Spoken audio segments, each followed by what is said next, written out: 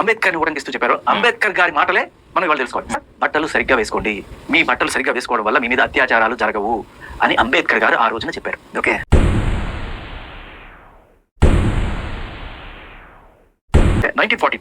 July 20 Nagpur లో all India depressed classes women's conference అని చెప్పి అంబేద్కర్ గారు నిర్వహించిన అప్పుడు చెప్పిన మాట,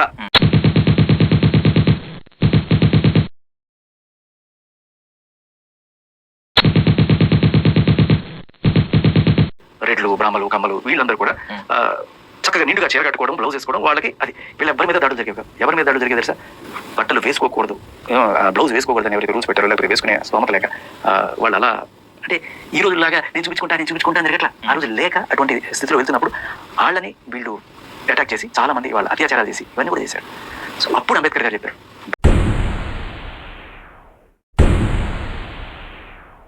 ఆయన చెప్పిన మొదటి మాట డ్రెస్సింగ్ గురించి.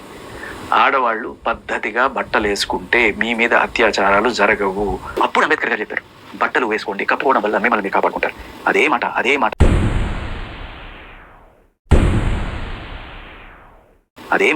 మాట ఇవాళకి చెప్తుంటే దానికి రకరకాల రంగులు మార్చి ఇలా మనం ముందుకు తీసుకొస్తున్నాం. సో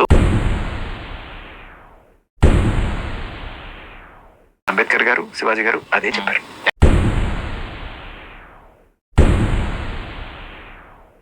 శివాజీ అన్న మాటే ఆ రోజు అంబేద్కర్ గారు అన్నారు.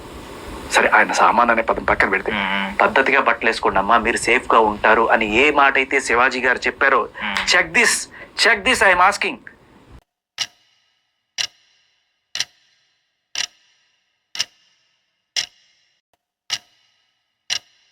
ఈ రోజు మరి ఆయన అనరే, మరి అప్పుడు సార్ అంబేద్కర్ గారు మా బట్టలు మా ఇష్టం సార్, మీరు ఎవరు సార్ మాకు చెప్పడానికి? Don't dare to have the audacity to tell us what to wear and what not to wear. ఆ రోజు పోనీ ఇప్పుడైనా ఆవిడ చూశారు కదా, చూడండి ఇప్పుడు చెప్పండి ఏం చెప్తారు.